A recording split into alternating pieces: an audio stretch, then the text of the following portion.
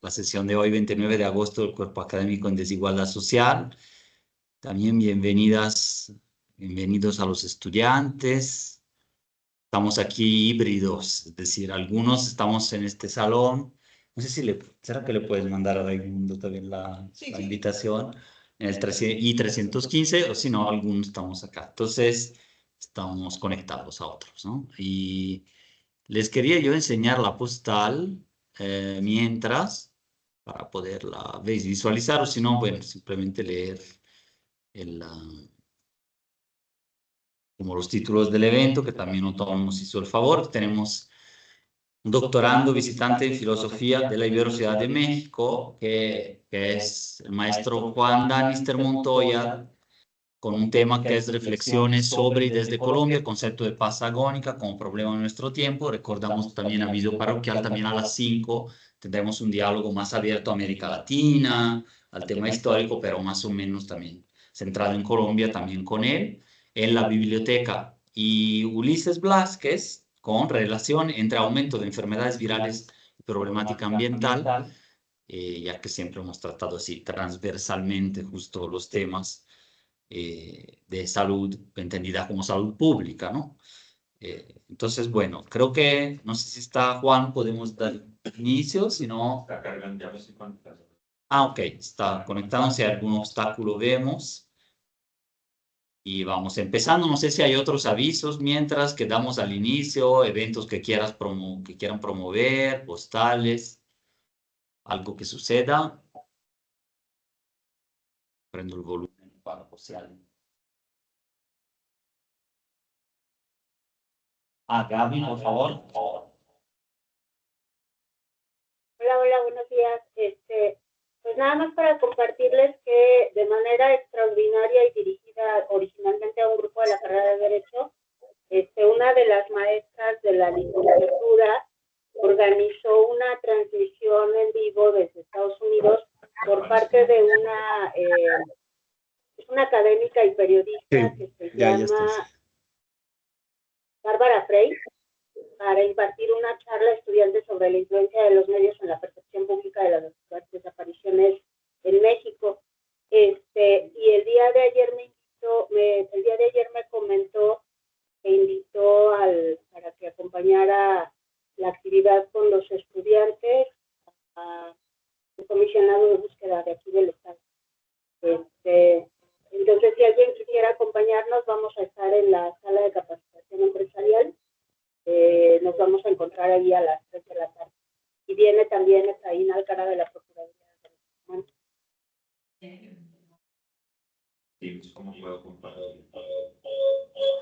Tiene Héctor Díaz, gracias, Gaby. ¿Quieres desapariciones. compartirnos brevemente la información ahí en el chat para tener, porque en una parte no se escuchaba muy bien y entonces, bueno, podría ser, ¿no? Seguro. Pero sí, muchas gracias. Digo, se oía muy interesante, nomás para fijarnos bien. Si nos pones esto, ya veo que están compartiendo, Juan. Si quieres empezar, Juan, si no hay más datos, normalmente el tiempo que te necesites, pero unos 20 minutos es un promedio lo que hacemos para estas sesiones, pero es flexible. Entonces, sugiero a los que estamos acá que es bajar volumen y quitar micrófonos, nada más, solamente queda el tuyo, Juan, para Ahí. escucharte. Yo ya quité el mío, quito volumen, te escuchamos entonces. Vale. Muy buenos días, buenas tardes para toda la audiencia, profesores, compañeros y compañeras que están aquí presentes. Me imagino que me escuchan bien, ¿cierto? Quienes están por fuera. Sí, ¿cierto? Vale. Me presento nuevamente, muchas gracias. Mi nombre es Juan Danister Montoya Cardona, estoy estudiando el doctorado en filosofía en la Universidad de México. Desde la licenciatura he venido trabajando el tema de la contradicción como un elemento clave en el desarrollo de la sociedad y también de la naturaleza, es decir, la contradicción puede ser una ley universal en la medida en que el conflicto es natural, es inherente al ser humano y también es inherente a la naturaleza misma. En la maestría trabajé el problema de la paz como una irrupción del presente, pensándolo en una necesidad de transformar en el ahora. Siempre hemos pensado la paz como un fin, como una meta, pero no como un camino, por decirlo en términos de Gandhi. Y en ese proceso y en ese camino que es inacabado, pues precisamente también he trabajado el concepto de paz imperfecta como una paz que nunca está terminada, sino que se va construyendo. En el doctorado, ahora me encuentro trabajando el concepto de paz agónica y quisiera precisamente iniciar con esta claridad para también los compañeros y compañeras que hacen parte de otras disciplinas, de otras profesiones, y es que la filosofía nos puede servir como una caja de herramientas para analizar los fenómenos sociales. Decía Deleuze que el filósofo es aquel que se encarga de crear conceptos y en ese sentido un poco artístico, pues el concepto como categoría nos sirve para explicar ciertos fenómenos. He tratado de conciliar o de relacionar este concepto con el fenómeno de la violencia, de la guerra y de la paz en Colombia, como precisamente esta herramienta que nos sirve para explicarlo, entenderlo, más allá de dar una respuesta, que es un poco también un fin de la filosofía, más que la respuesta es la pregunta, y la pregunta pues nos permite también avanzar y no quedarnos en un elemento cerrado. En la presentación encontramos, para terminar con el preámbulo, una imagen que hace parte de una exposición fotográfica de Jesús Abad Colorado, que ha sido un artista que ha retratado el conflicto armado colombiano y lo ha retratado a blanco y negro. Yo no sé si, profe, en este espacio pueda establecer como un diálogo con los que estén allá para la imagen. Yo quisiera de pronto que escribieran o si pueden también participar frente a lo que nos dice esta imagen, ¿no? Antes de entrar con el significado que de pronto yo veo en la imagen. De pronto ustedes qué pueden ver de esta imagen, ¿no? Una palabra, pueden escribir una palabra en el chat o también mencionarla como para iniciar este diálogo. ¿Qué nos puede decir esta imagen o qué impresión nos da esta fotografía precisamente de este artista colombiano que ha retratado el conflicto, como les venía mencionando, y que ha sido muy importante porque ha retratado el conflicto armado, pero también el proceso de paz, esa transición desde la violencia, el proceso de paz con las FARC en el 2016 y también lo que vino después de este proceso, ¿no? En el chat, una palabra que ustedes escriban, con 3 palabras podemos iniciar el diálogo.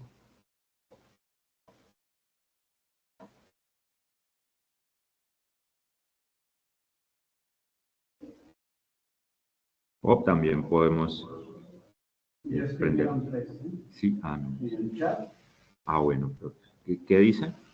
Dice infancia, Laura Villanueva, infancia detrás de balas, y Sofía Pérez, infancia violentada, y yo le puse supervivencia.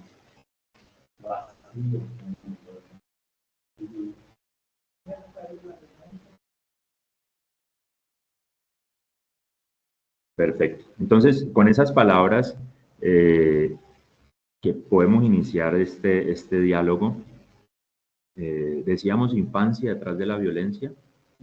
Y infancia detrás de balas, infancias violentadas, vacío y supervivencia. Muy bien. Voy a iniciar por la última, ¿no? Supervivencia. Un poco lo que me he preguntado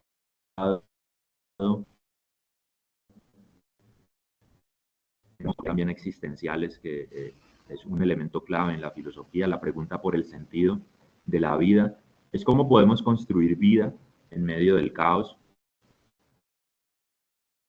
cómo podemos esperanza en medio de la violencia y cómo podemos también sobrevivir en medio de esa misma violencia. Y eso es también un poco lo que nos dice la imagen, ¿no? Y es que a pesar de las balas, y me voy con lo que decían, ver a través de las balas, ¿no? Una infancia tras la violencia, es como también en medio de ello podemos jugar, ¿no? Contaba el artista que cuando fue a tomar esta foto, que vio al niño viendo a través, lo acompañaba otra niña que también se puso detrás de ese agujero como jugando con la cámara y con el orificio. Y eso también me lleva a pensar un poco a lo que se ha venido el día de hoy en la Ibero León con el tema de las desapariciones forzadas, de los buscadores y buscadoras. Y es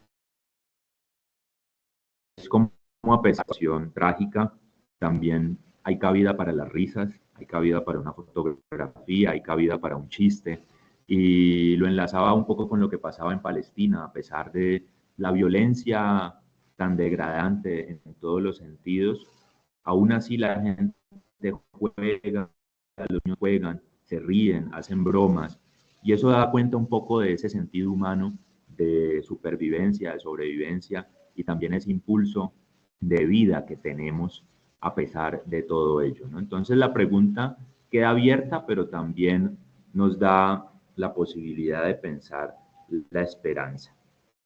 Ahora bien, en medio de esa lucha, aquí tengo otra imagen que da cuenta de esa contradicción, de esas visiones de paz que hemos convivido con ellas, ¿no? Por un lado tenemos una visión de paz negativa, por decirlo en términos de Galton, donde se piensa en eliminar al otro para que haya una posible paz, o donde solo se piensa en la dejación de armas o en la eliminación de un grupo, una organización o un enemigo que sea el causante o el problema. Pero esta visión se enfrenta también a otra visión de paz, que es una paz, en este caso, restaurativa, no punitiva, y que acoja a su vez también eh, a los que estén en ese desacuerdo político. Creo que me salí de la presentación, ¿cierto? Sí. De poder compartir. Espérenos tantito, un problema técnico. ¿Ya regresaste? Se salió Juan. Nada más sale adelante. Ya. Sino que estaba como recibiendo, se salió bien el tiempo. Entonces estaba en este concepto. El concepto de paz agónica en Colombia, un problema de nuestro tiempo, ya explicaremos un poco de qué se trata ello. He venido pensando a partir de esta pregunta por el sentido en medio del caos, de la violencia y de la guerra, una estructura capitular donde en una primera instancia hablaré de este contexto colombiano de guerra y violencia, en un segundo momento del consenso, una crítica al consenso liberal, posteriormente pues la propuesta de paz agónica, pero también hay un problema con las instituciones que son quienes o las que deberían regular los conflictos, la guerra y la violencia, y finalmente la esperanza que venía mencionando como problema por el sentido. Ahora bien, pasaré rápidamente a hablar un poco del primer capítulo de lo que he venido trabajando, y es que en Colombia la guerra se entiende como guerra, un proceso donde hay dos ejércitos enfrentados. Por mucho tiempo hubo una negación del conflicto armado colombiano. Otros sociólogos que han hecho parte de la Comisión para el Esclarecimiento de la Verdad y también que han trabajado en los informes de la Comisión Nacional Histórica, han definido la guerra como este enfrentamiento entre dos ejércitos constituidos y que a su vez también pueden tener un objetivo político. En este caso me centro en el proceso de paz con las FARC, que fue una guerrilla, fue una de las guerrillas más antiguas hasta ese momento, el 2016, de América Latina. Y bajo la doctrina del enemigo interno, que es una doctrina que se configura posterior o durante la Guerra Fría, pero que aún se mantiene. Muchos ya dan por hecho que la Guerra Fría terminó, pero la Guerra Fría continúa, porque quien hable de derechos humanos o quien hable de paz o quien hable de justicia social fue por mucho tiempo y todavía relacionado con grupos insurgentes, y posteriormente con la caída de las Torres Gemelas se revive un concepto que es el concepto de terrorista o de terrorismo, y fue usado por los gobiernos colombianos posteriores al 9/11 para justificar la guerra, justificar la inversión en guerra contra estos grupos mal llamados terroristas. Y eso nos lleva también a pensar en un problema filosófico profundo, que es el problema del otro. Históricamente, los seres humanos hemos visto al otro como un extraño. Hasta ahí podríamos aceptar esa reflexión. Siempre lo extraño nos va a generar curiosidad, en algunos casos incomodidad, o en otros también rechazo. Pero se supone que en el avance del lenguaje y de la comunicación, pues deberíamos también acercarnos a esa visión del otro. Pero bajo esta perspectiva del enemigo y bajo esta perspectiva del terrorismo, no vemos al otro solo como un extraño, sino que lo vemos como a alguien al que hay que eliminar. Y en términos también reflexivos, esa eliminación del otro está acompañada de un pensamiento, podríamos llamarlo así, un pensamiento mágico. Un pensamiento mágico es un pensamiento donde pensamos que las soluciones son fáciles y que las soluciones vienen rápidamente o que vienen del cielo, o que las soluciones vienen acompañadas de un castigo directo contra quienes han hecho la guerra o quienes han hecho la violencia. Y eso nos ha, por el contrario, dificultado entender el conflicto armado social de manera más profunda en Colombia y también en América Latina, porque pensamos que la solución es la eliminación. Pero cuando persisten unas causas estructurales, en lo estructural entendemos estas causas sistémicas precisamente de la desigualdad, pues entendemos que no es el otro precisamente el enemigo, o que con la eliminación del otro acabaremos este problema, sino que son problemas que siempre vuelven cuando estos problemas estructurales persisten y se agudizan con la inversión en guerra. Por mucho tiempo en Colombia la inversión en la guerra fue de más del 80%, y muchas de estas balas eran financiadas por el mismo pueblo colombiano, como vimos en la imagen del niño a través de la ventana, que a propósito hace parte de esta exposición, y el contexto es la Operación Orión, que fue una operación muy famosa a nivel internacional también por sus repercusiones, donde los paramilitares, acompañados de militares encapuchados, entran a la Comuna 13 en Medellín para supuestamente sacar a la guerrilla que se encontraba en esta comuna, pero hubo más de 95 desapariciones en esta operación, hubo más de 350 capturas injustificadas en esta operación, sin contar con los más de 100 asesinatos que también ocurrieron en esta operación.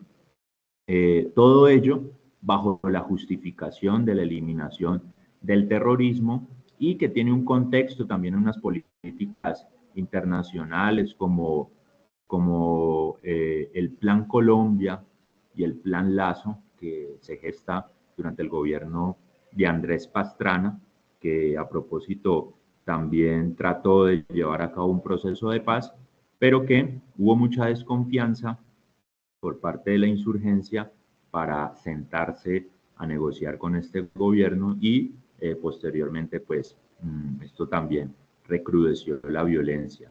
Una desconfianza dada precisamente en los ataques militares que permanecían, a pesar de que hubo una zona de distensión, pero que el miedo de la guerrilla en ese momento era que esto sirviera para atacar estos puntos ya conocidos por el ejército.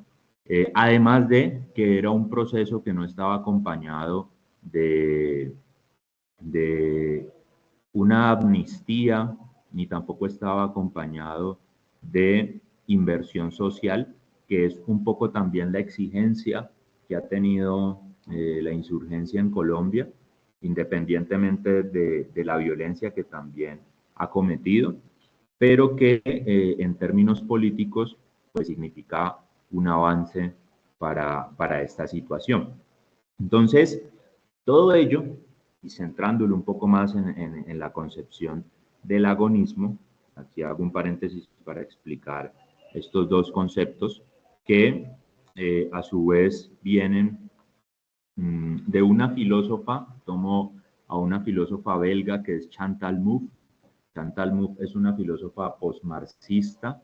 Esto quiere decir que hace unas críticas a ciertos tipos de marxismo, pero no está desligada de la idea de Marx en términos de que el movimiento social o las sociedades se mueven por la lucha, ¿sí?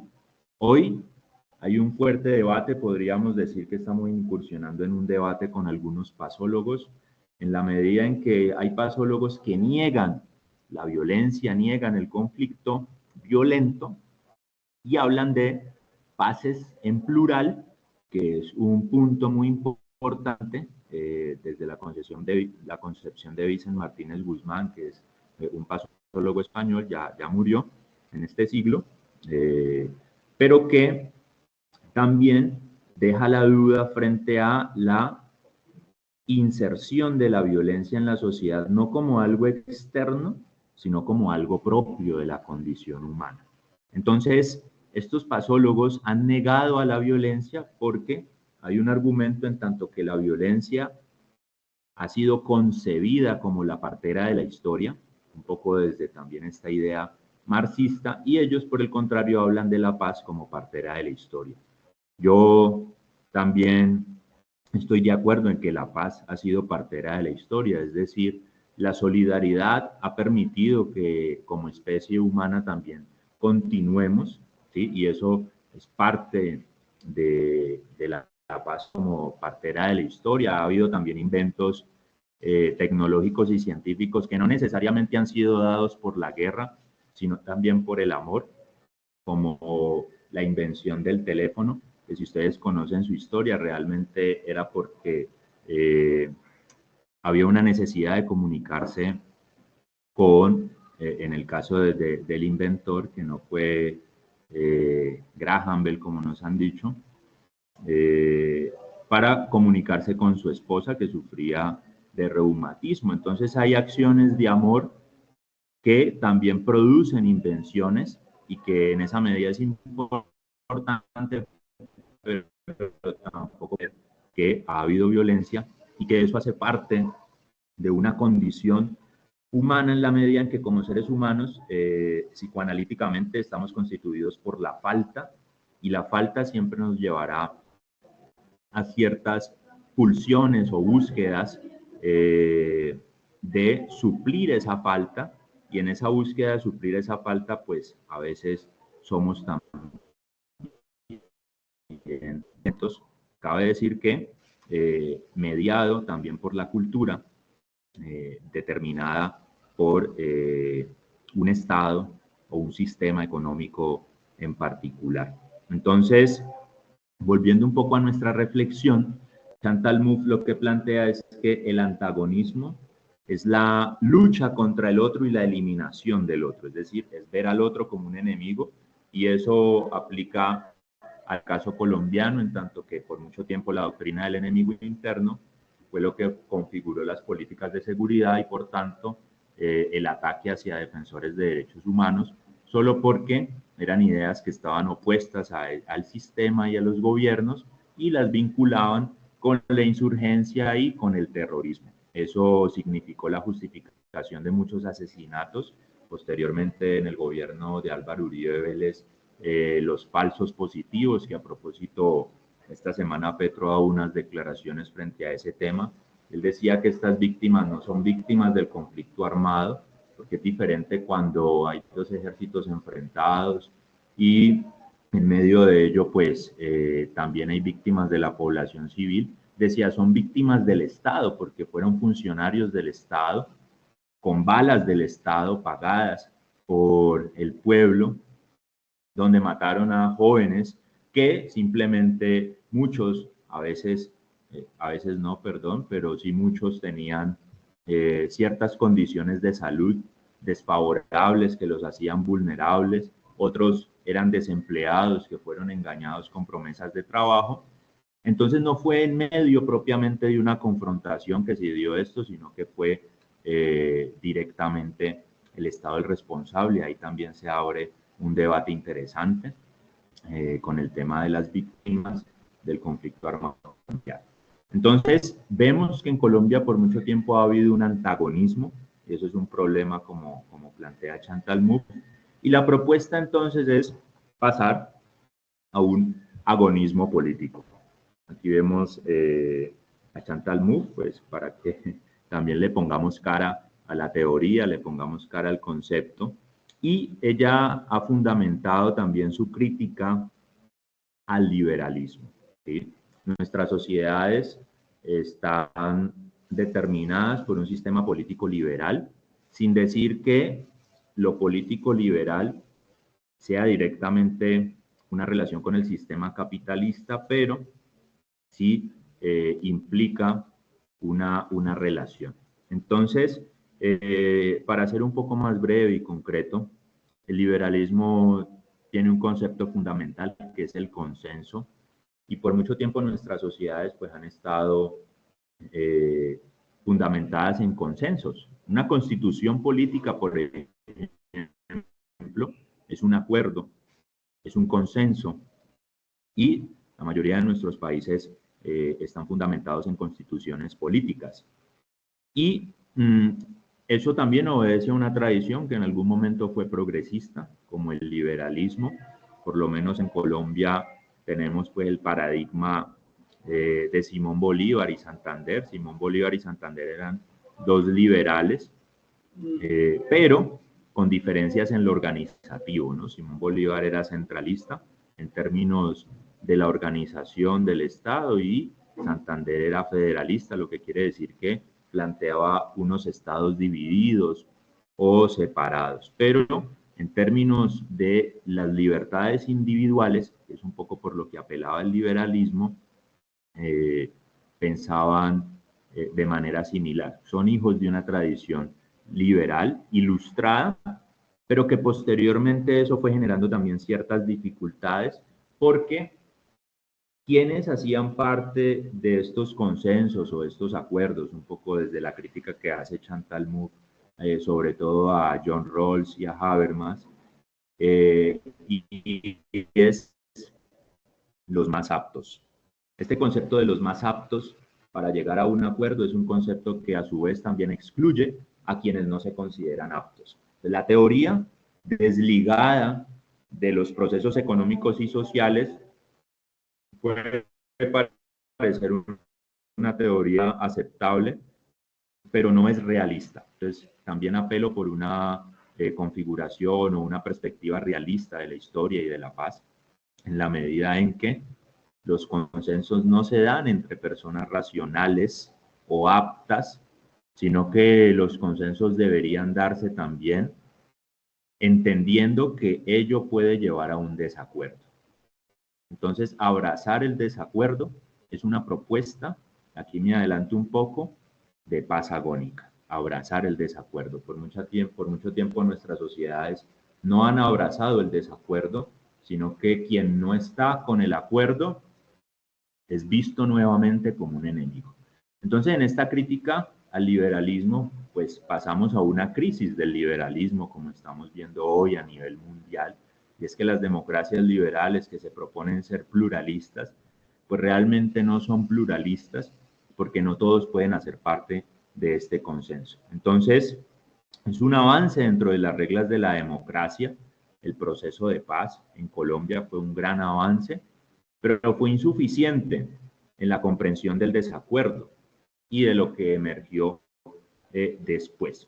Y esto lo podemos ver reflejado en las famosas disidencias de las FARC, que no estuvieron de acuerdo con el acuerdo, pero que posteriormente pasaron a ser enemigas del Estado y también de quienes firmaron, algunos, no todos, pero sí fueron señalados por no firmar, no hacer parte de este acuerdo, y eso recrudeció durante ese periodo la violencia en Colombia, ¿no? Ese recrudecimiento pues llevó a la formación de las disidencias, pero también a la ocupación de territorios que dejó la guerrilla en armas por grupos paramilitares, organizaciones delincuenciales, o como en algún momento se llamaron BACRIM, hoy en día se llaman GAOR, que son grupos armados organizados, y dentro de las GAOR incluyen a paramilitares, incluyen a guerrillas, y aquí hay otro problema en los procesos de paz,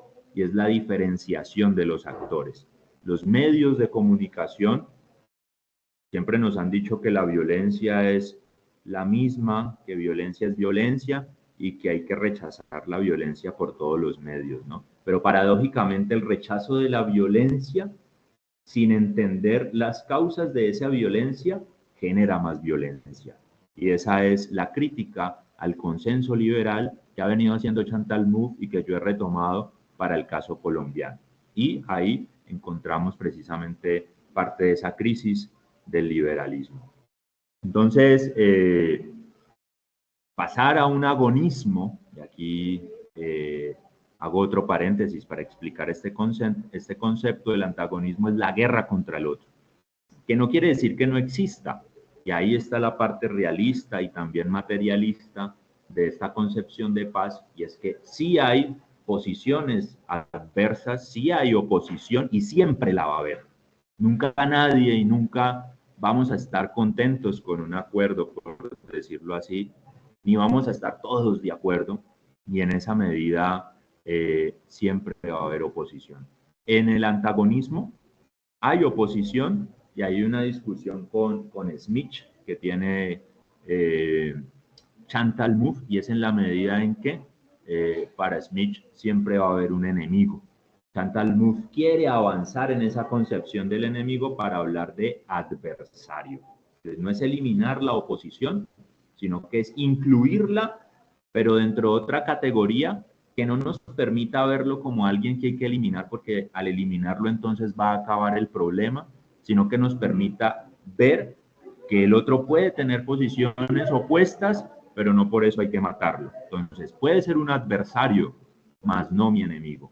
Claramente eso debe estar mediado por unas concepciones educativas, pedagógicas fuertes que nos permitan cambiar esa visión de enemigo a adversario que nos ha hecho mucho daño en Colombia y que ha dificultado también la construcción de paz. Entonces, el acuerdo de paz puede ser un ejemplo de ese tránsito del antagonismo al agonismo. Básicamente, uno de los orígenes del conflicto armado colombiano, algunos dicen conflicto social y armado, y este concepto es también fundamental porque cuando hablamos de conflicto social y armado, estamos diciendo que hay unas relaciones de poder. Entonces, el error en el que caen estos teóricos liberales es en negar que precisamente hay actores políticos, aunque no estén incluidos dentro del acuerdo, y que tienen o que deberían tener en algún momento un estatus político. Entonces, una de las primeras causas o una de las causas del conflicto social y armado fue la exclusión política. De hecho, es uno de los puntos del acuerdo de paz y es la participación política. En Colombia, aquí me devuelvo un poco a nuestra historia, Tuvimos gobiernos conservadores durante la mitad del siglo XX y durante la segunda mitad del siglo XX tuvimos un Frente Nacional donde se repartían el poder entre liberales y conservadores, pero otras expresiones políticas como el comunismo quedaban por fuera de este cambio de gobierno. Realmente no había una democracia, sino que fue prácticamente la dictadura del Frente Nacional que llevó a que estos actores se armaran, porque no tenían una participación política ligado a otra causa de la violencia en Colombia, que es la tenencia de la tierra, o que ha sido la tenencia de la tierra. Y es que precisamente en Colombia no ha habido, hasta ahora se está trabajando en ello, una reforma agraria, mientras en otros países como México ya ha habido varias reformas agrarias, y en esa medida podríamos decirlo desde una perspectiva progresista, que no quiere decir que esto sea así siempre o lineal, un atraso en Colombia, porque no hemos tenido reforma agraria, ha sido también un problema fundamental. Ligado a una exclusión política, pues lleva a un recrudecimiento de la violencia. Entonces, en el acuerdo, lo que se planteaba era la participación política, y ahí hubo un avance en darle un estatus político a las FAREP. Cuando se le da un estatus político, quiere decir que se le está reconociendo que tienen una postura política que es opuesta al sistema, pero no quiere decir que eso sea producto de una desadaptación, como también lo han vendido los medios, o de una maldad casi que adrede, o una maldad sui generis, que también tratamos de desmontar esa idea de que hay unos malos y hay unos buenos, y es un poco lo que decían Federico Nietzsche, ¿no? Es ir más allá del bien y del mal, en la medida en que quienes son malos o son buenos depende de la concepción y de quienes estén en el poder en ese momento, y el reconocimiento de unas relaciones de poder que en el liberalismo no está. Entonces, ahí tratamos de pasar a un agonismo político. Entonces, pasar del antagonismo es dejar de ver al otro como un enemigo a verlo como un adversario político. Es decir, en el caso de las FAREP, pasar de la confrontación militar a la confrontación de ideas. Esa es la propuesta agonística que he venido trabajando y que también he venido analizando en cierta medida con el contexto colombiano, pero como hemos visto quienes nos acompañan de Colombia y también de México, pues a pesar de la participación política, pues el conflicto armado ha continuado, la guerra ha continuado, la violencia ha continuado. Y aquí hay otro concepto interesante que he venido también retomando de Eduardo Pizarro, que fue hermano de Carlos Pizarro, uno de los también líderes del M-19. En su momento también dejó las armas y luego fue asesinado, pero que él hace una diferencia entre acuerdos parciales, tomado de otro autor llamado Carlos Nassi, entre acuerdos parciales y acuerdos comprensivos. En Colombia, dice él, siempre hemos tenido acuerdos parciales, es decir, acuerdos con una sola insurgencia, con un solo actor armado, en algunos casos con una guerrilla. En el caso de Uribe hubo un acuerdo con los paramilitares, en Santa Fe de Ralito, pero siempre ha sido con un actor. Uno de los problemas es que cuando es con un actor, pues los otros actores no están incluidos, ni tampoco hay una resolución frente a estas problemáticas. En el gobierno Petro ha venido hablando de una paz total. Podríamos decir que esa idea se encuentra muy relacionada a lo que es la categoría de acuerdo comprensivo. En el acuerdo comprensivo se espera que hayan o que estén la mayoría de actores del conflicto social y armado colombiano, para que precisamente no haya como fisura, podríamos decirlo así, a la violencia, pero eso también trae sus dificultades.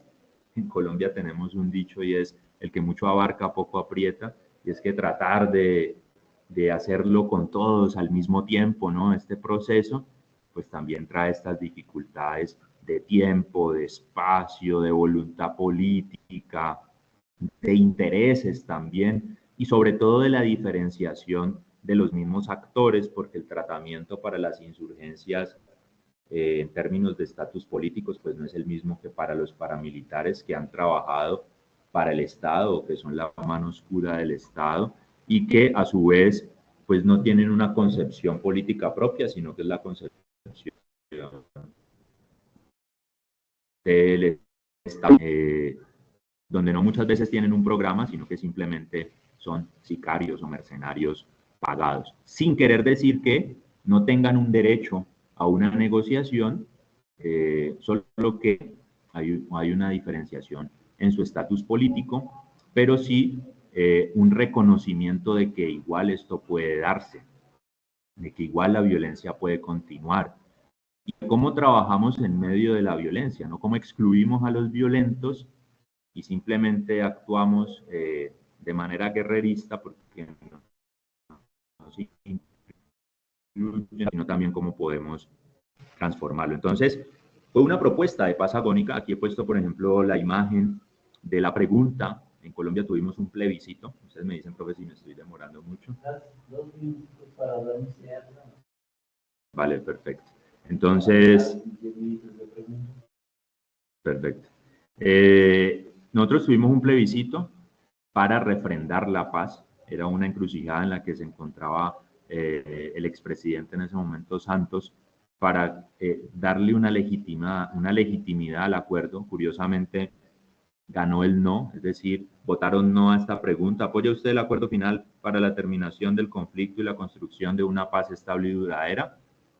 Todo el mundo diría, con esa pregunta uno vota que sí, pero ganó el no, también por campañas mediáticas de miedo, de terror, de ese enemigo que si nos íbamos también a convertir en Venezuela, era otra categoría, otra noción que estaba ahí en términos de esta propaganda mediática. Y tenemos otra imagen de la dejación de armas, que no hay muchas fotos frente a esto, porque la guerrilla también quería dar un mensaje, y es que ellos no estaban derrotados, sino que estaban en una negociación, y esto también es un elemento importante, aquí me adelanto un poco, para el nacimiento de la JEP, la Jurisdicción Especial de Paz. Y es que, por ejemplo, en el caso de la Alemania nazi, en los juicios de Nuremberg, hay un inicio de una especie de justicia transicional, pero la diferencia es que era una justicia sobre los vencidos, de los vencedores sobre los vencidos. En este caso no hubo ni vencedores ni vencidos, sino que hubo una negociación. Entonces la percepción y la concepción de justicia transicional cambia en la medida en que no son juzgados los vencidos ni son puestos en términos de la verdad, sino que también el Estado es un actor y también tiene que responder, los militares tienen que responder, los paramilitares deben responder. ¿Cuál es la diferencia? Aquí quisiera hacer también una disertación un poco filosófica frente al otro. En la justicia punitiva, y esto también es como un cambio del antagonismo al agonismo, el antagonismo se puede relacionar con una justicia punitiva y esto lo vemos hasta en los colegios, ¿no? Uno le pregunta a un estudiante si quiere, ¿usted qué haría si a usted le pegan un puño? El estudiante por lo general responde, yo también le pego un puño. Eso es algo que viene un poco desde nuestra Biblia, ¿no? Católica, desde la ley del talión, y es ojo por ojo, diente por diente, y eso lo vemos desde las escuelas hasta los ámbitos más elevados de la institución social, ¿no? Pero esta justicia está centrada en el victimario, más no en la víctima. Resulta que muchas veces la víctima no necesita que maten o castiguen al victimario, sino que necesita mucho más la verdad. Porque muchas veces el asesinato del victimario no ayuda a mitigar el dolor de la víctima y la víctima puede seguir sufriendo hasta por su misma condición de víctima, ¿no? Lo que llamamos revictimización. Y en esa revictimización pues hay unas consecuencias nefastas en términos psicológicos y en términos también físicos, económicos y demás. Muchas veces la víctima lo que necesita también es una reparación, entonces nace también el concepto de reparación integral. Anteriormente la reparación era solo monetaria, te doy un dinero, pero ya nos olvidamos de ti. En la reparación integral, aunque sigue siendo también limitada, pues se plantea no solo dar un dinero, sino también, bueno, vamos a establecer terapias, vamos a establecer cambio de lugar, porque si la víctima sigue viviendo en el mismo lugar donde fue víctima, pues va a seguir también sufriendo de estas consecuencias. Y por otra parte, la víctima también pide que no sea humillada, porque puede que al asesino, por ponerlo en términos sencillos o básicos, sea justiciado, pero ¿dónde queda la humillación a la que fue sometida la víctima y que por el contrario sigue siendo también sometida, ¿no? Hay como un dicho clásico en Colombia, yo creo que también acá en México, y es, por algo lo haría o por algo lo mataron. Ese por algo lo mataron sigue en la mente de la víctima, que pasa a ser también la familia, y en ese caso la humillación permanece. Entonces también es limpiar el nombre de la víctima, de sus familias, ¿sí? Y que eso no quede ahí. Entonces ahí hay una visión distinta, ¿sí? No es recaer el castigo sobre el victimario, sino centrarse en los intereses de la víctima. Entonces, la JEP, ya ustedes revisarán, tiene 8 macrocasos, ha ido avanzando en este juzgamiento, en las amnistías, para que precisamente se pueda establecer o esclarecer la verdad. También del proceso de paz, pues, nace comisión por el esclarecimiento de la verdad, que ahí también hay una diferencia, porque no es la comisión de la verdad, porque también plantean que no es una verdad absoluta, sino que es el esclarecimiento de la verdad. Esto también es muy filosófico porque la verdad es voluntad de vida, decía Federico Nietzsche, por ejemplo. Entonces, el querer la verdad, aunque no la alcancemos, pues nos impulsa a avanzar. Y ese impulso, aunque no sea total, pues nos permite no repetir. Y ahí viene otro concepto también elemental, que es la no repetición. Ahí hay un problema gigante, que es el problema de las instituciones, como he puesto acá, las instituciones tradicionales versus las instituciones restaurativas. Una institución tradicional en justicia, pues está basada en el punitivismo o en esa famosa justicia retributiva, tú me das, yo te doy, yo te mato, tú me matas, etcétera, a pasar a una justicia restaurativa, transicional, es decir, una justicia donde podamos mediar ese antagonismo, convertirlo en un agonismo y donde prime la víctima antes que el victimario en términos de lo que necesita realmente la víctima, más allá de un juicio al victimario. Pero pues hay una crisis de las instituciones, porque las instituciones son las encargadas de regularlo, pero hay un trabajo arduo ahí en las instituciones, cuando sabemos que las instituciones también están cooptadas, también hay unas relaciones de poder y hay un sistema de fondo. Esperanza y antagonismo político en el presente, y con esto voy cerrando. En Colombia tuvimos un paro nacional en el 2021, el paro más largo de nuestra historia, después del paro del 77, que realmente en comparación con este paro del 2021, pues ha sido un hito en la historia y también ha sido parte, digamos, de ese antagonismo contra el Estado. La gente se dio cuenta que la raíz de nuestros problemas no era propiamente la guerrilla, sino que eran el gobierno, sus reformas en ese momento, la reforma tributaria que quería implementar Duque, y eso también generó niveles de esperanza a pesar de la alta violencia que hubo contra los manifestantes y que también se seguía estigmatizando y macartizando como si estuviesen ligados a las insurgencias, pero ya la gente y los jóvenes, sobre todo el cambio generacional, pues no permitió que ese eufemismo los engañara e hiciera perder ese norte. Entonces, no es un secreto que la guerra, aquí si me permiten leer un poco, y la violencia continúan.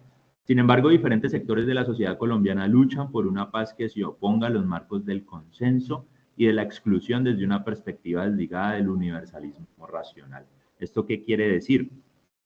Ahora escuchaba a los buscadores y buscadoras de México, de acá de León, ¿no? De Guanajuato, y ellos decían algo importante que me quedó resonando, y es que no han sido reconocidos como buscadores y buscadoras, como defensores de derechos humanos. En Colombia esta ley se aprueba este año, eso podríamos decirlo es un cierto avance, ese reconocimiento, y cuando no son reconocidos quedan por fuera de esos principios liberales y de este consenso y de este acuerdo jurídico, donde solo ellos, las autoridades, son las que buscan, las autoridades son las que establecen los juicios, pero ¿dónde quedan las personas? Entonces, cuando ellos están por fuera de este reconocimiento, también quedan vulnerables a la violencia que pueda venir después. Y la lucha de las personas por este reconocimiento, pues también significa un grado de esperanza, y como decía al principio, a pesar de esta tragedia reímos, a pesar de la tragedia soñamos, a pesar de la tragedia tenemos esperanza, y entender también la esperanza no como algo que se espera, sino entendiéndolo desde la etimología del término, que es ir un paso tras otro. Ese es el significado de la esperanza, y es caminar tras otro paso. Entonces, el paso que dan los buscadores, las buscadoras, las víctimas, la población civil, también nos va marcando para que nosotros vayamos trabajando en ese paso a paso y vayamos destruyendo, aunque suene radical, ese consenso liberal, y construyamos otros tipos de acuerdos, y también contemplemos el desacuerdo, que hace parte, podríamos decirlo así, de una condición humana, pero que es importante en la dialéctica democrática, y que también es importante en la medida en que ese desacuerdo tiene unas causas producto de unas relaciones de poder y de unos intereses.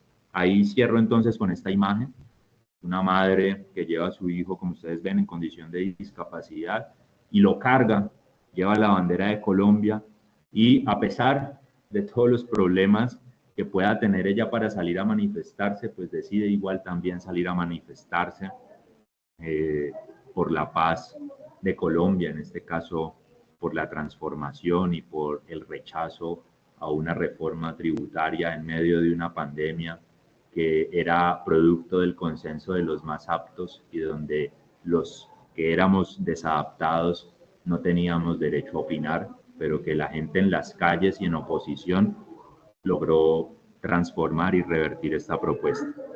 Con esto cierro, muchas gracias. Gracias, Juan.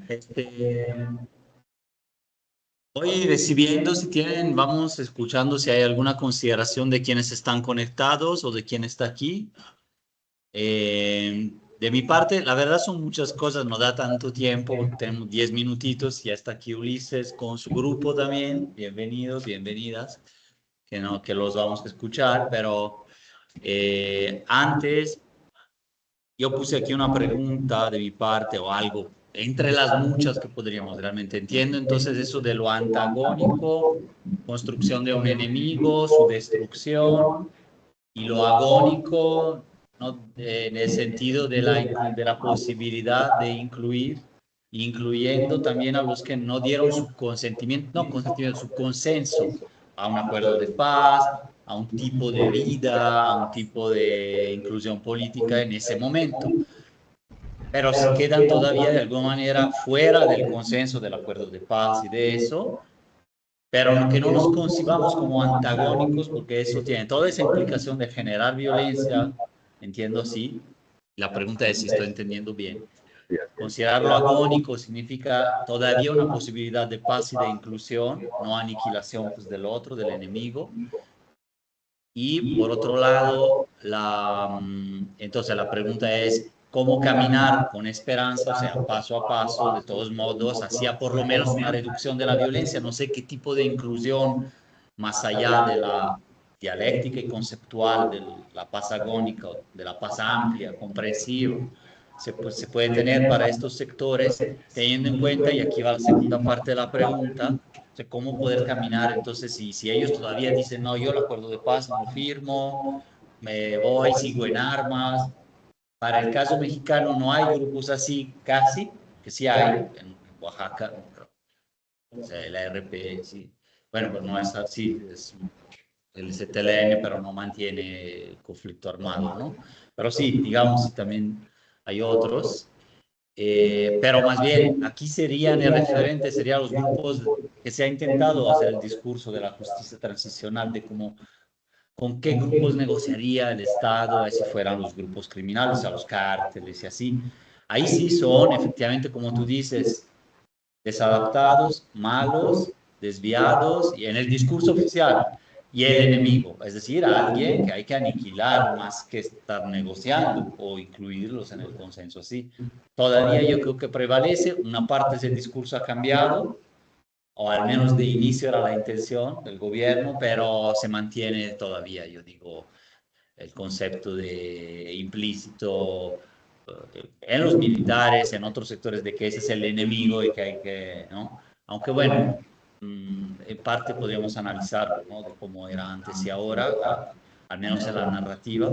Entonces, no sé ahí cómo sería con grupos, entendiendo lo que en Colombia también los tienen. Entonces, no solo había que guerrilla y paramilitares de la élite, sino también todavía hay todo lo que hay aquí en términos de grupos criminales. Entonces, ahí no sé cómo podría ser un camino que vislumbres. Mi pregunta eran estas. Sí, No sé si hay más. Aquí hay mano levantada de Otón y el F, que no sé, que no veo quién Laura es. de Villanueva. Lara Rivera de Villanueva. ¿Te parece? Escuchamos esta y das un conjunto así y cerramos con el voy a conjunto apuntarlas. y le seguimos ya, porque también en la tarde va a haber a las 5 evento ya más sobre Colombia, este tema y otros también, nosotros más la historia y así. Y vamos, entonces, Laura que está conectada, damos prioridad, y Otón. Gracias, Fabricio. Escuchamos, yo pongo yo el volumen para que escuchemos aquí. Ya le subí, ya le Ah, subí. ya lo subiste tú, ok. Listo, quito mi micrófono. Gracias. Yo me quisiera remitir a la primera imagen que compartiste y desde ahí me preocupa como el tema de las infancias y su lectura de las violencias, ¿no? O sea, si desde estas categorías, cómo las infancias van, bueno, yo lo veo en León, no sé si es el mismo caso, como esta normalización de la violencia, ¿no? Como el tener pistolas en casa o AKs es como algo normal, ¿no? El que desaparezcan familiares, o sea, me interesa si desde estas categorías has tenido algún acercamiento al tema de poder entender cómo desde las infancias se va construyendo el concepto de violencia, de violencias o de normalización de la violencia. Vale.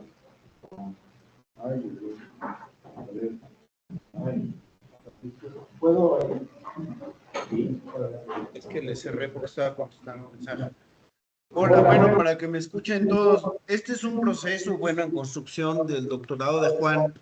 Lo hemos conversado, pues muchas felicidades, Juan, en primer lugar, porque tiene reflexiones bien interesantes que además nos interpelan en México.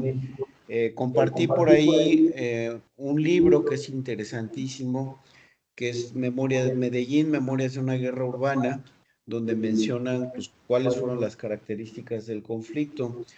Más allá del pues, estupendo entramado teórico que ya tiene tu trabajo, Juan, creo que sí sería bueno tomar ciertas referencias de qué fue lo que pasó en esa operación Orión, si se va a mencionar, ¿no? En concreto, el libro, esta memoria habla de que hubo ataques de helicópteros militares a los barrios de la Comuna 13, en donde los militares realmente no distinguían entre guerrilleros y población civil. Entonces creo que ese también es un dispositivo terrible, ¿no? O sea, no distinguir entre amigo y enemigo, sino agarrar parejo. Y bueno, estamos viendo un caso dramático ahora en Israel, pero ese es otro tema.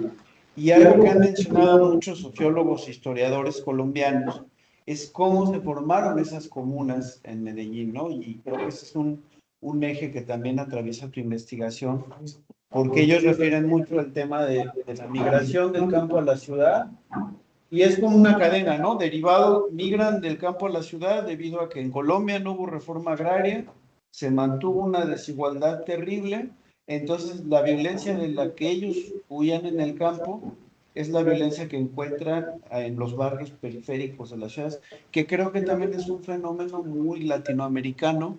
Entonces, creo que esas dos partes probablemente podrían fortalecer un poco pues ya un proyecto muy sólido que nos hace reflexionar muchas cosas, ¿no? Gracias. Gracias, entonces te dejamos la palabra para dar un cierre así rápido, luego pasamos directamente con Ulises, que trajo a tu grupo. Gracias. Bueno, buenas tardes para los que acaban de llegar acá al salón. Hemos venido pues haciendo como la reflexión del conflicto armado colombiano, de un concepto de paz agónica que he venido trabajando, que en resumidos términos es cómo pasar de la concepción de enemigo a adversario, es decir, entender que el otro, aunque tenga posturas opuestas, no hay que eliminarlo, sino que puede entrar en una confrontación política o una confrontación de ideas. Y me refiero a la pregunta que hace el profesor Fabricio frente a cómo hacer con otros grupos. Aunque estos otros grupos no tengan un estatus político, no tengan un ideario político, son también la consecuencia de unas relaciones de poder. En algún momento, durante el proceso de paz en las zonas veredales, uno le podía preguntar a los excombatientes o los que estaban en ese proceso, de dónde conseguían, por ejemplo, no sé, ciertos uniformes, sus armas, ciertas cosas, y uno se encuentra con que hay una relación también, paradójicamente, con grupos estatales, ¿no? Petro en algún momento decía, es que en la guerra todo se confunde. Entonces, aunque no tengan un estatus político, que hay un relacionamiento con el poder, con las empresas, con las multinacionales, con el mismo Estado. Y entonces entender este relacionamiento pues nos lleva a desmantelar una concepción que es la concepción de la eliminación del otro, que es un poco, aquí me disculpan si hago esta analogía, lo que pasó durante la invasión de Irak, que tuvo Estados Unidos a Irak, y es que en el siglo XXI vimos ejecuciones a los llamados terroristas de Irak por televisión. El problema de estas ejecuciones, a estos llamados terroristas, aunque no tuvieran, entre comillas, un ideario político, pues no nos permitía conocer la verdad. Entonces, aunque estos grupos no tengan un ideario político opuesto al sistema, sino que trabajen en algunos casos para el sistema, asesinarlos en primera instancia no es una respuesta porque eso no nos va a permitir llegar a la verdad.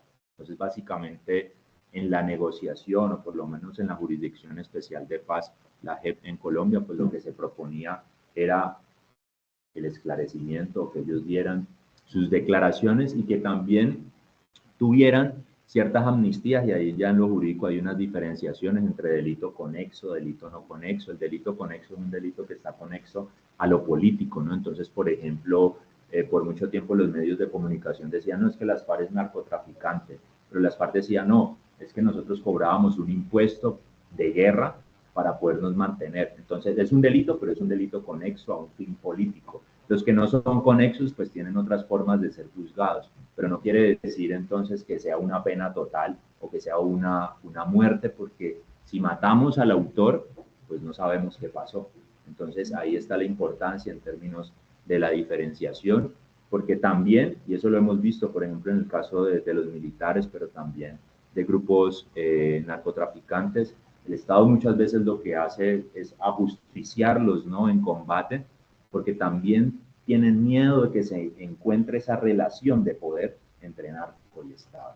Entonces, para la percepción de seguridad de la gente, lo que pasaba en Irak era, sí, están haciendo justicia, pero detrás de ese terrorista justiciado hay una verdad, y es quien les vendía las armas, que permitía o que hacía que precisamente nos dejaran por fuera de ese descubrimiento. Entonces, que se acojan todos los grupos a una verdad es importante, sin importar si tienen o no tienen estatus o ideario político, pero nos permite saber la verdad de esas relaciones de poder. Entonces, yendo a la segunda pregunta de las infancias, precisamente Eduardo Pizarro habla también de cómo en la en la cotidianidad de la guerra, voy a parafrasearlo un poco, en esa cotidianidad de la guerra, pues vamos normalizando la violencia, y en esa normalización de la violencia, pues aprendemos a convivir con ella. Y la imagen es también ese contraste, ¿no? Cómo podemos vivir en medio de la violencia, la normalizamos, y eso es un gran problema, ¿no? La normalización de todo tipo de violencia, porque lo que aparece siempre en el tiempo también puede ser algo psicológico para analizar, en la medida en que el cerebro reconoce patrones y a veces dejamos de lado los patrones repetitivos y empezamos a tomar lo nuevo. Entonces, algo que es repetitivo psicológicamente, casi que lo hacemos a un lado, como lo que pasa con Palestina. Son todos los días las noticias, que ya casi que no queremos ni saber, o que ya pensamos, sí, eso es de todos los días. Entonces, las infancias, y eso eran reflexiones que hacen otros autores como Galton, y como lo que venía también explicando ahora frente a lo punitivo, desde los colegios se ve lo punitivo, desde las familias se ve lo punitivo, ¿no? Entonces el papá que le dice al hijo, si a usted le pegan, usted también responde porque le están pegando, pues ahí se ve, digamos, esa normalización desde la misma pedagogía. Entonces hay una cartilla pedagógica que ustedes pueden buscar en la página de la JEP, sobre cómo trabajar en los colegios y cómo pasar de una justicia punitiva a una justicia transicional, donde el castigo o donde la justicia no esté mediada por un castigo, sino que esté mediada por ese descubrimiento de esas relaciones, y también por un esclarecimiento de la verdad y por otro cambio de paradigma, que es complejo porque también desde niños nos regalan armas, ¿sí? Que la pistola de agua, que la pistola de balines, y ahí también hay una naturalización de la violencia, sin decir que esto repercuta en violencia, porque hay un debate fuertísimo. En algún momento con unos estudiantes de un curso de ética que tuve, planteamos un debate, y es si los juegos Free Fire, ¿qué otros juegos juegan ustedes, muchachos? Call of Duty, Free Fire, Halo, ¿no? Si esto nos hace violentos, ¿no? No necesariamente repercute directamente en la violencia, y ahí hay un debate, porque también depende del filtro que nosotros tengamos, porque si no habría que censurar todas las películas de violencia, ¿no? Todo lo del entramado que hay en términos de esta cultura, que también a su vez se vuelve una industria, que es la industria de la guerra ligada a la industria del entretenimiento, y la industria del entretenimiento es la industria que más genera ganancias en el mundo. Pero pues censurar todo eso es imposible, y tampoco la censura es una salida.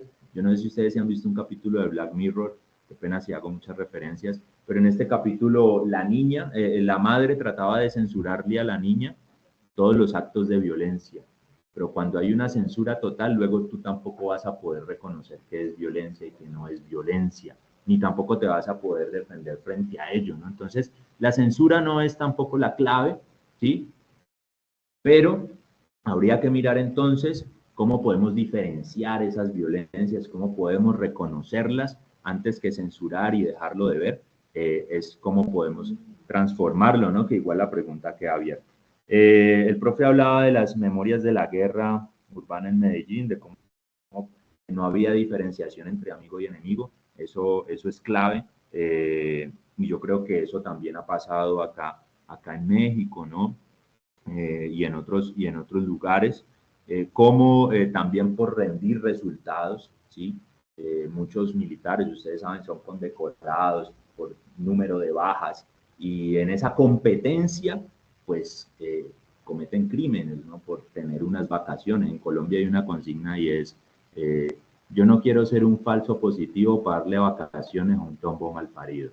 El tombo es el policía, y entonces a vos te matan, te visten como guerrillero, o te visten también como narco, porque también eso ha pasado, según escuchaba algunas buscadoras del año pasado, y es, no, es que a mi hijo lo llevaron, y entonces las autoridades decían que él se lo buscó porque él estaba metido en eso. Y entonces te convierten en un mal llamado falso positivo, porque no es falso, fue intencional el ataque, y entonces les dan vacaciones.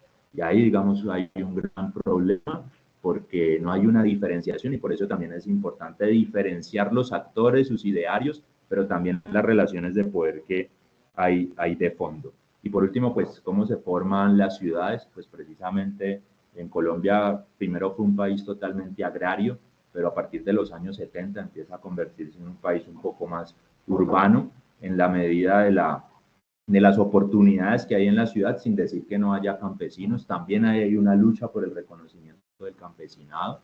Este año también se dio el reconocimiento del campesino, porque no estaba la categoría de campesino. Entonces, si no existe esa categoría, pues tampoco hay programas, tampoco hay políticas públicas para ello. Entonces, ahí sí, como dicen muchos latinoamericanistas, decoloniales y también feministas, pues lo que no se nombra no existe. Entonces, nombrarlo ya es una forma de empezar a trabajar políticamente. Cierro ahí. A ver, voy a abrir el micrófono para quienes están conectados. Pasamos, si quieren, ya directamente. Muchas gracias, Juan. Muy enriquecedora la discusión, que hay que seguirle. Y si puedes quitar creo que estás todavía compartiendo y le damos la palabra, bueno, a Ulises Blázquez con una compu, sí, para que sea como la cosa. Entonces voy a quitar mi micrófono, te escuchamos. No vi bien los tiempos, pero sí, todavía tenemos hasta las 2, pero vamos a ver.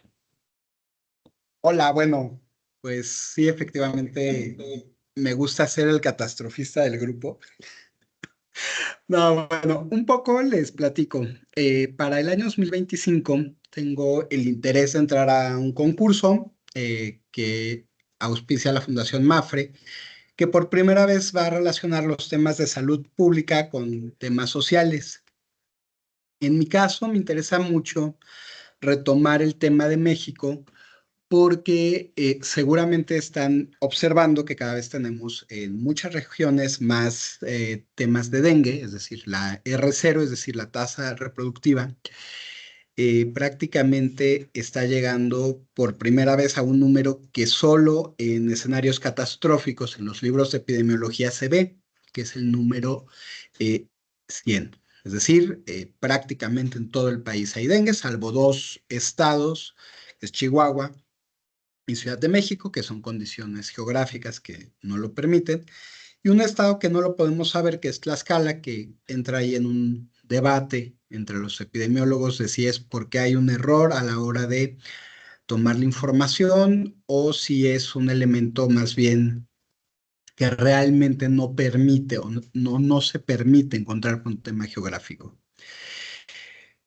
Alineado a esto, ha habido un crecimiento cada vez mayor en las enfermedades virales, no solo vectoriales, es decir, el tema cada vez más creciente de influenza. Me preocupa la relación del H5 en sus primeras vertientes, N1 hasta N4, que cada vez es más amplio. Entramos, de hecho, a la dinámica o al momento dinámico, donde va a haber un crecimiento exponencial de un tipo de influenza, de gripe aviar específico. La influenza estacional tipo B está creciendo. Y yo estoy empezando a asociar esto no a un problema realmente médico, sino a un problema social. Es decir, las condiciones sociales están generando una mayor contingencia, es decir, un mayor problema de contagios. Es decir, estos elementos de exclusión social a nivel de epidemiología social están siendo el detonante. Esto sí me preocupa, digamos, relacionar y comprender cómo estos elementos se están dando. Y la lógica de mi investigación sería exactamente a nivel de epidemiología social, de todas estas exclusiones, de todos estos fenómenos, cómo se van relacionando, cómo se van dando. Entonces, quisiera, digamos, más o menos buscar la correlación entre las exclusiones sociales, los aumentos a nivel epidemiológico y en ese punto, en esa parte intermedia, estar encontrando 2 elementos que me parecen significativos. Primero, el acceso real a la salud, porque una cosa es acceder a la salud y otra cosa es un acceso real y efectivo a la salud preventiva. Es decir, aquí yo veo que ya hay un primer problema. El segundo otro problema que yo estoy observando es que realmente estamos ante una condición o una situación que no permite adecuadamente, digamos, las acciones preventivas, ¿no? Y el caso del dengue me parece, bueno, un caso donde linealmente podemos ver cómo año con año se va reduciendo el presupuesto para la prevención, para la cloración de ciertas áreas, y esto se va asociando a un mayor incremento. Entonces, la idea del proyecto es ver esas desigualdades porque no se vive, no se enferma igual en todos los contextos, pero desafortunadamente las epidemias y sobre todo las pandemias no tienen realmente un tema de discriminación. Es decir, cuando llegan son bastante graves, bastante polarizantes, y ahorita, digamos, hay que entender que vamos a entrar al siguiente nivel, no solo una epidemia, no solo una pandemia, vamos a tener elementos sindémicos, es decir, varios elementos que son de orden pandémico o epidémico constantemente. Es decir, ese es un poco lo que quiero ver, y quiero comprender en ese punto hasta dónde la prevención es el punto o el eje articulador de una mejor lógica. Y entonces un poco la investigación, mi idea va hacia ese punto, ver a nivel de epidemiología social las diferencias, cómo se impactan, cómo se dan y cómo eventualmente los elementos de prevención se da, digamos, esta parte de una protección social amplia, y cómo, bueno, también esta parte, los elementos de austeridad han generado ese problema, máxime cuando hay un problema de rectoría en el sector salud, que es el primer gran reto del siguiente sexenio. Entonces, aquí empiezo a recibir comentarios y críticas. Muchísimas gracias. Ya quité el volumen, pero sí el micrófono está bien. Ulises, fue como un insight, como decir, una expresión de lo que vas a investigar. Y bueno, pero a partir de otras varias que has dado cada semestre más o menos en este espacio, ¿no? Entonces se da la continuidad. Y en lo particular, a mí me interesaría ahondar un poco más, pero también a ver quién levanta la mano para más dudas, preguntas. El contexto, bueno, más así, el contexto, más que la investigación, el contexto en que piensas presentar el proyecto, y entonces qué limitantes podrías ver ahí, éticas, políticas, etcétera, dependiendo de para dónde va. Y entonces, ligado a esto, qué niveles de críticas sistémicas o problemáticas estructurales tú verías en esto, que es uno de los tantos ejemplos que podemos tener de la relación salud pública, sistema, sentido económico, político y eso, ¿no? Entonces, ¿qué parte va por ahí? Podría ir, el contexto de la investigación y bueno, por ahora esto, pero si quieres ahondar ahora y mientras, o sea, explicarnos ahora o ahí si hay más manitas levantadas o acá, igual, ¿eh? Pero si quieres vamos, ok, otra o vamos una por una, no sé cómo. Oye, dos rápidas, Ulises, que ya me preocupé. Entonces, quiere decir que nos vamos a confinar nuevamente, y otro es qué respuestas puede haber. O sea,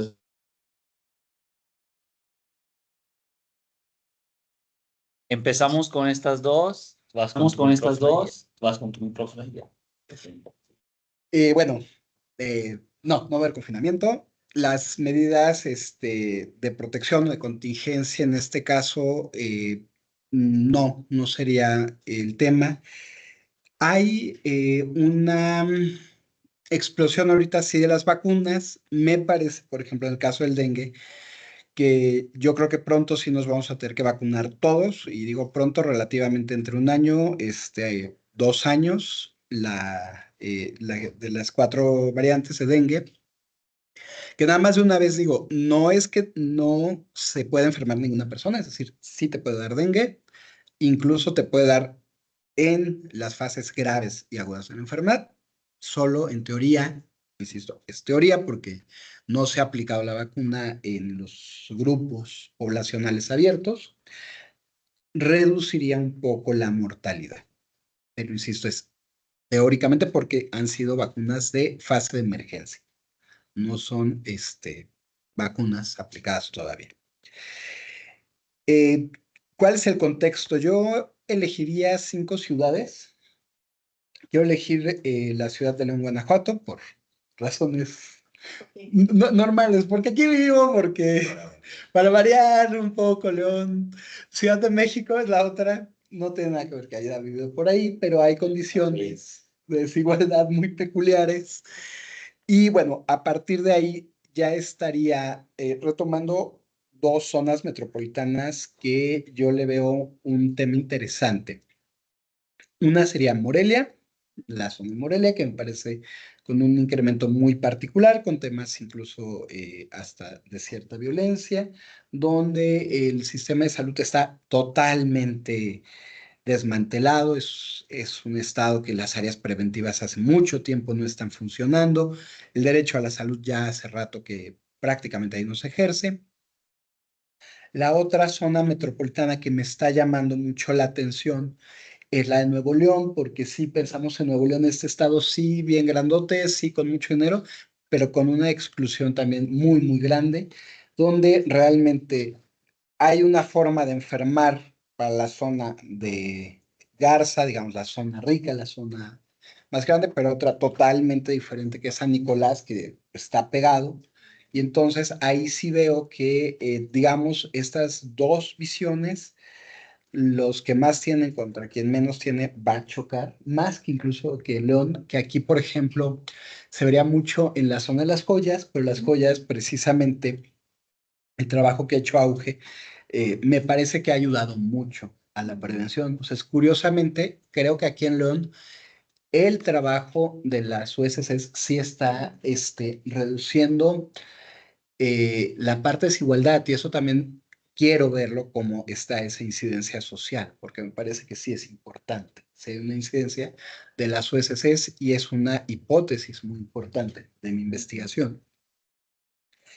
Y la última región, no es porque vaya mi hermana, pero sí tiene algo que ver, que es la de Toluca, que es una región extraordinariamente marginal de la zona del Estado de México, salvo por un municipio que es Metepec, que curiosamente pues ahí viven varios políticos, nunca hay tantos problemas de agua, rápidamente se hace todo el tema de prevención vectorial, que es una zona que no debería de haber, por ejemplo, dengue por las condiciones geográficas, y sin embargo empieza a haber casos, ¿no? Sobre todo en la zona de Ocotepec, que es una zona muy cercana, pero que es una zona a la cual no llega ninguna brigada de prevención, ¿no?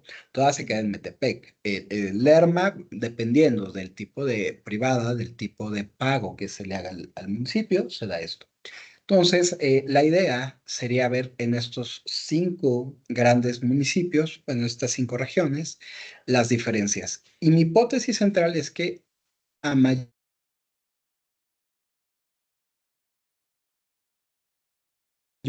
incrementan la probabilidad de escenarios epidémicos que desencadenan escenarios pandémicos, con escenarios endémicos.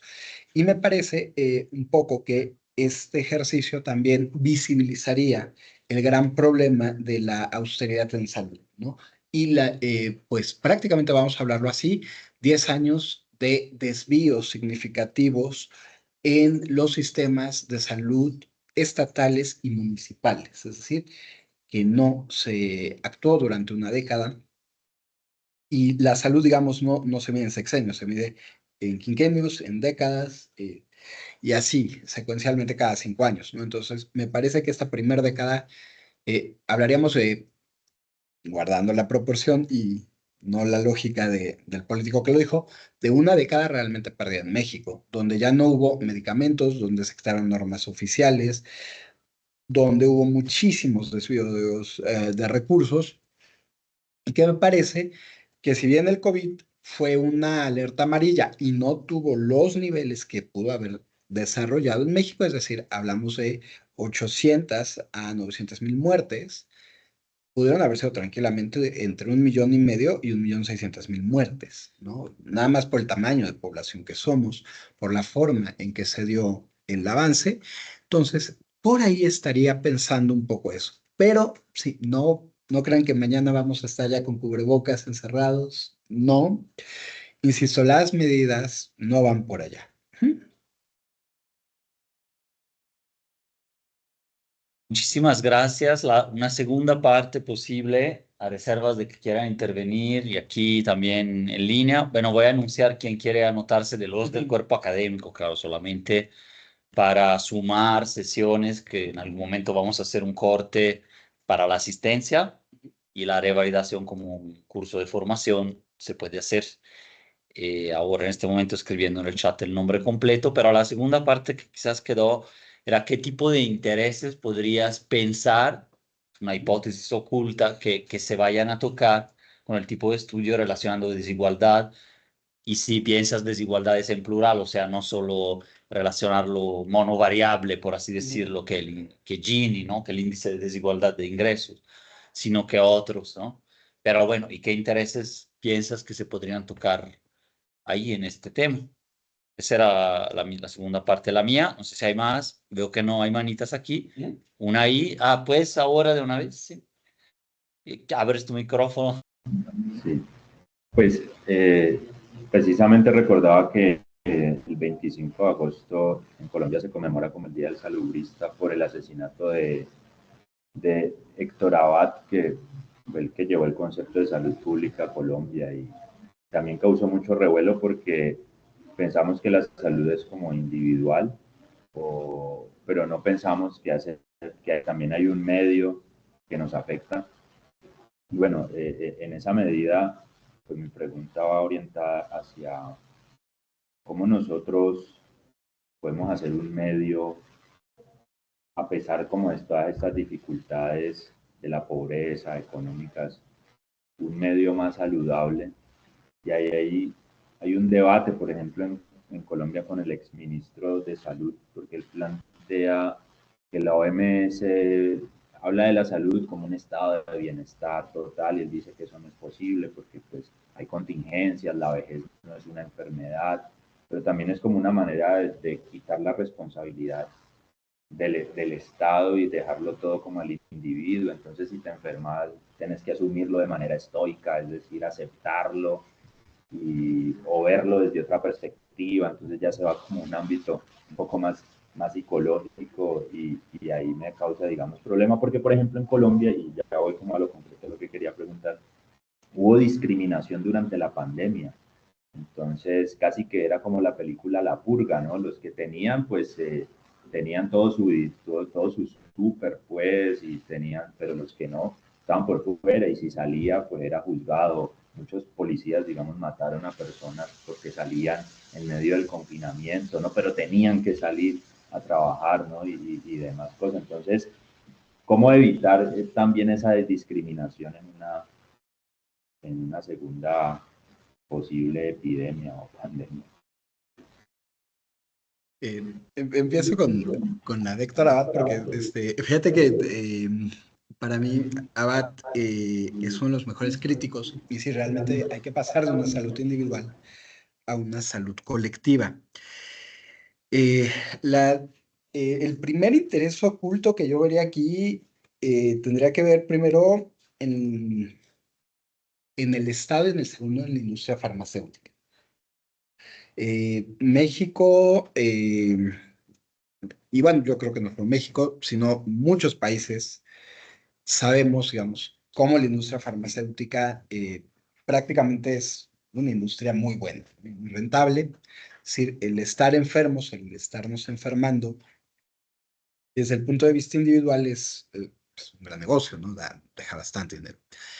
Me parece que aquí una de las cosas que tal vez los primeros callos que pisaría sería el Estado mexicano, el segundo sería precisamente a los grupos farmacéuticos, a ciertos grupos farmacéuticos, y me parece que el punto de cómo pasar de esta idea de la OMS a el nivel pleno de bienestar es imposible.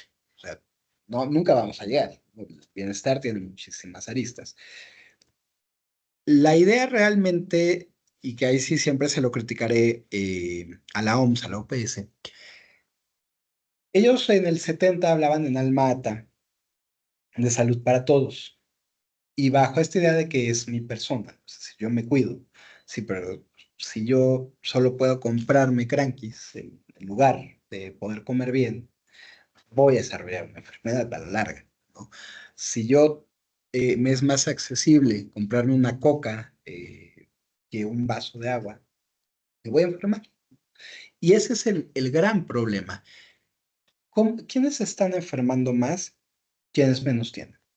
¿No? ¿Por qué? Porque es más fácil acceder a la compra de ciertos productos que te van a enfermar. Y entonces colectivamente nos estamos enfermando todos, porque esa carga, de una u otra manera, todos la vamos a pagar.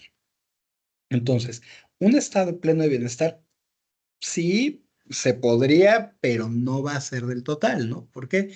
Porque todos de una u otra manera vamos a tener ciertas enfermedades, en los países va a haber síndromes, en ciertos países va a haber más o menos tasas de discapacidad, es decir, hay ciertas condiciones en esa parte. Y ese punto habla precisamente de la discriminación, igual aquí, o sea, quien tenía dinero, pudo pasar la pandemia mejor, ¿no? Quien vendía como Don Meño tacos aquí afuera, pues le iba peor, ¿no? O sea, sí, la salud tiene tiene este juego que enmascara mucho la desigualdad, ¿no? Es decir, puedes vivir muy bien si tienes los recursos, una pandemia, muy mal si te da esto. En México, y eso también pasó en Colombia, quienes más fallecían eran precisamente quienes no accedían a los tratamientos, ¿no? Y aquí en México, digamos, también se dio en Jalisco el caso de violencia policial hacia unas personas que no traían cubrebocas. Y eso también demostró, y me parece que la pandemia logró desenmascarar muchas cosas, pero una de ellas es precisamente cómo olvidamos a las personas, ¿no? Es decir, de acá al lado es el vector de contagio, ya no lo quiero, ¿no? Incluso hasta por el tipo de piel, ¿no?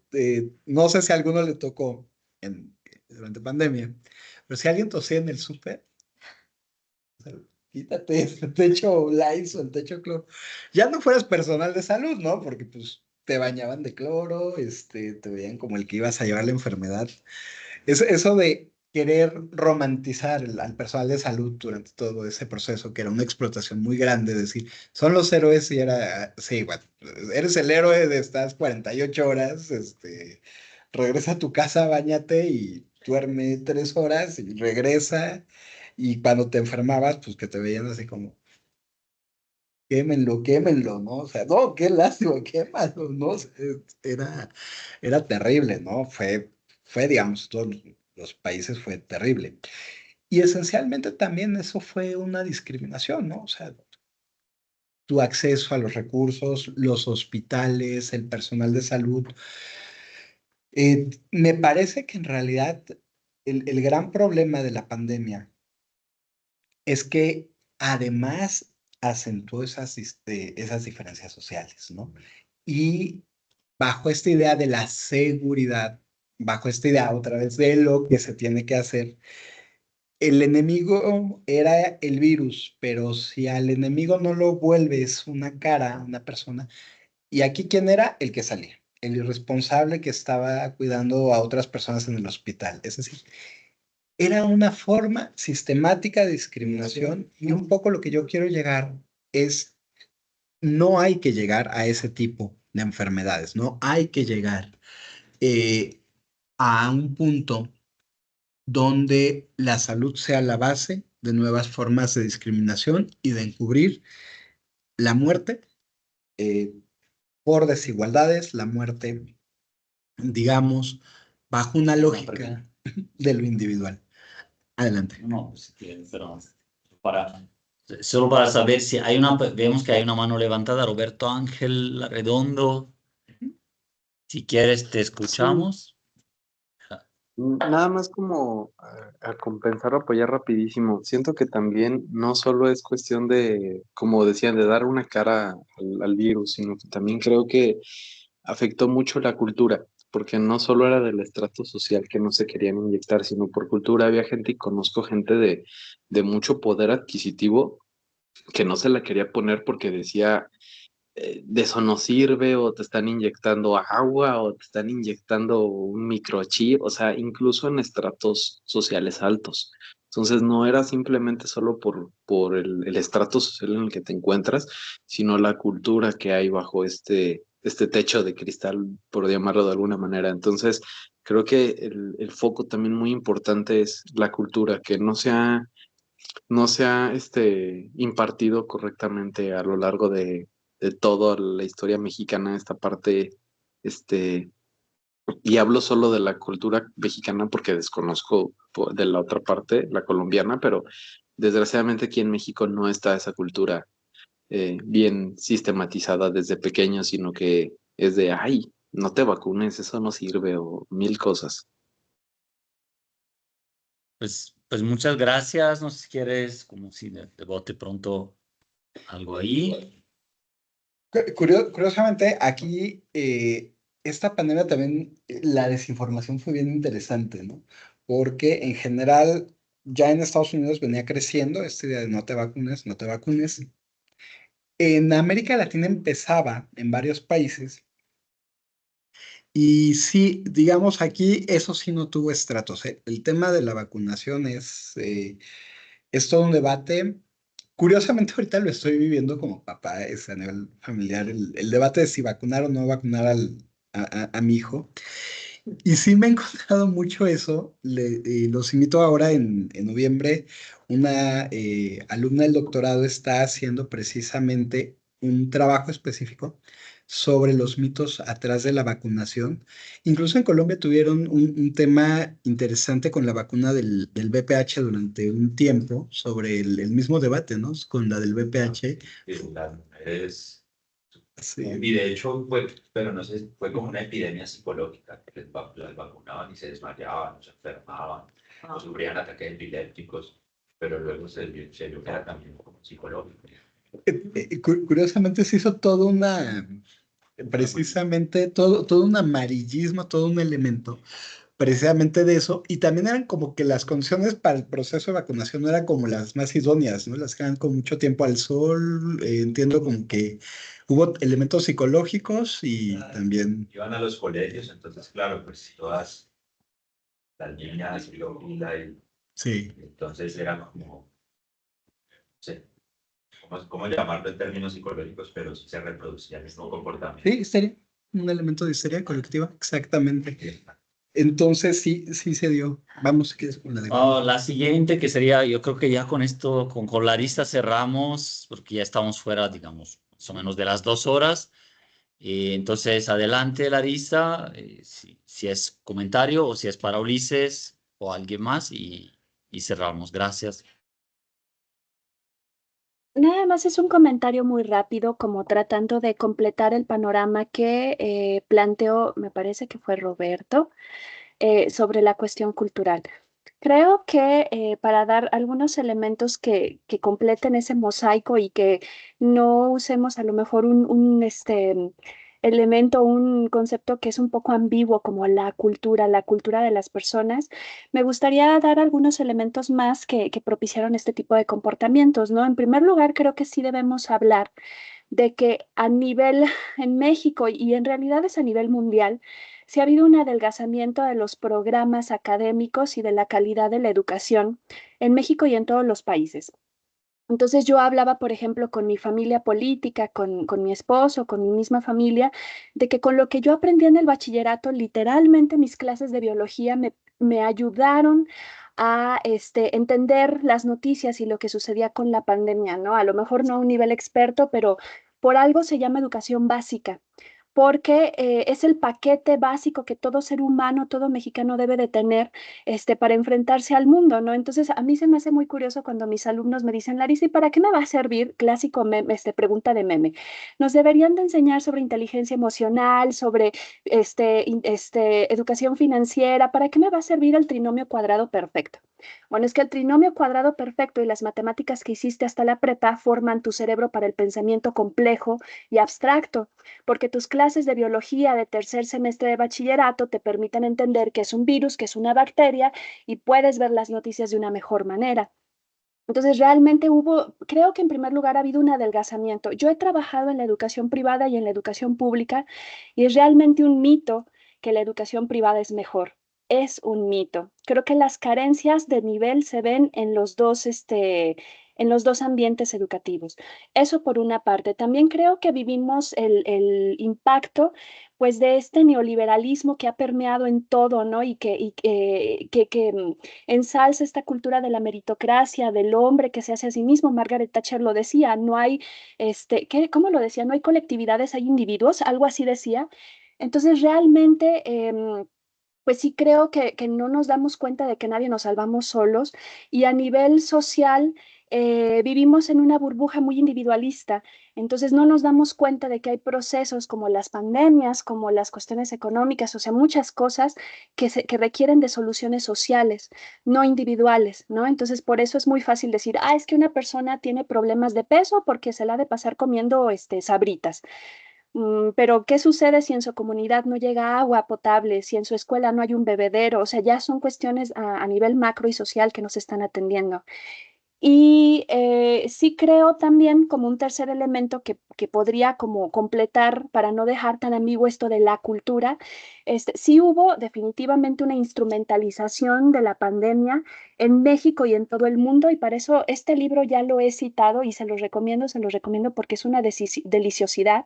Es de la UAM Azcapotzalco y el título es Reposicionamiento político de las derechas y el breve espacio de las izquierdas en un contexto de pandemia, de Sergio Tamayo y Alicel Cruz como coordinadores. Y ahí se ve muy claro cómo hay usos políticos de la pandemia. Claro, en este caso, por la cuestión, el título mismo lo dice, pues está muy enfocado hacia la cuestión de las derechas, que en México eran oposición, cómo se instrumentaliza la pandemia, cómo se genera este discurso de no pasa nada, eso es mentira, o al contrario, pasa todo, todos vamos a morir.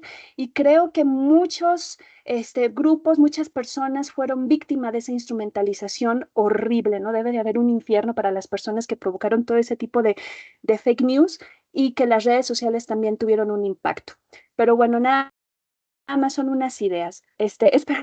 Perdón, ya tomé el micrófono exageradamente, ya no haber dicho tonterías, pero muchas gracias siempre por aguantar todas las barbaridades, querido. No, gracias, no hay barbaridades. Estábamos aquí y si quieres, Ulises, dar un cierre y no, muchísimas gracias, Larissa. Sí, yo cerraría un poco con esta idea de que un poco lo que a mí sí me interesa visibilizar es, sí, un tránsito donde converja la ciencia social con las ciencias de la salud.